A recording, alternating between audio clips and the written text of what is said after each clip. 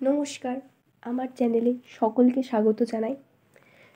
আজকের আমি একটা কবিতা শোনাবো, সুকুমার রায়ের লেখা গন্ধবিচার। গন্ধবিচার। সিংহাসনে বসল রাজা, বাজল কাসর ঘণ্টা, ছটফটিয়ে উঠল কেঁপে মন্ত্রী বুড়োর মনটা। বললে রাজা, মন্ত্রী তোমার জামায় কেন গন্ধ? মন্ত্রী বলে, এসেন্স দিছি, গন্ধ তো নয় মন্দ। রাজা বলেন, মন্দ ভালো, দেখুক শুকে বদ্যি। বদ্যি বলে, আমার নাকে বেজায় হলো সর্দি। রাজা হাঁকেন, বোলাও তবে রামনারায়ণ পাত্র। পাত্র বলে, নস্যি নিলাম এক্ষুনি এই মাত্র। নস্যি দিয়ে বন্ধ যে নাক, গন্ধ কোথায় ঢুকবে?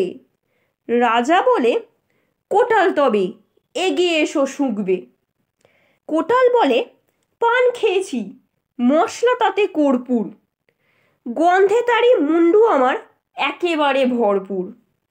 রাজা বলেন, আসুক তবে শের পালোয়ান ভীম সিং। ভীম বলে, আজ করছে আমার সমস্ত গা ঝিমঝিম। রাত্রে আমার বোখার হলো, বলছে হুজুর ঠিক বাত। বলেই শুল রাজসভাতে চক্ষু বুজে চিৎপাত। রাজার শালা চন্দ্রকেতু, তারই ধরে শেষটা। বলল রাজা, তুমিই না হয় করো না ভাই চেষ্টা। চন্দ্র বলে, মারতে চাও তো ডাকাও নাকো জল্লাদ, গন্ধ শোকে মরতে হবে এ আবার কি আহ্লাদ। ছিল হাজির বৃদ্ধ নাজির, বয়সটি তার 90।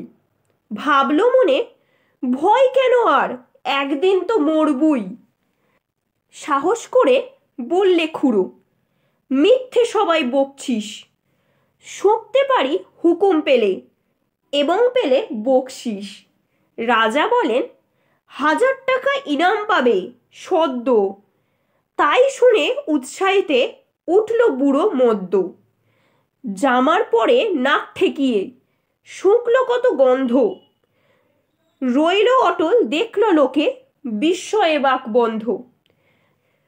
রাজ্যে হলো জয় জয়কার, বাজলো কাসর ঢক্কা। বাপরে কি তেজ বুড়োর হাড়ে, পায় না সেজে অক্কা।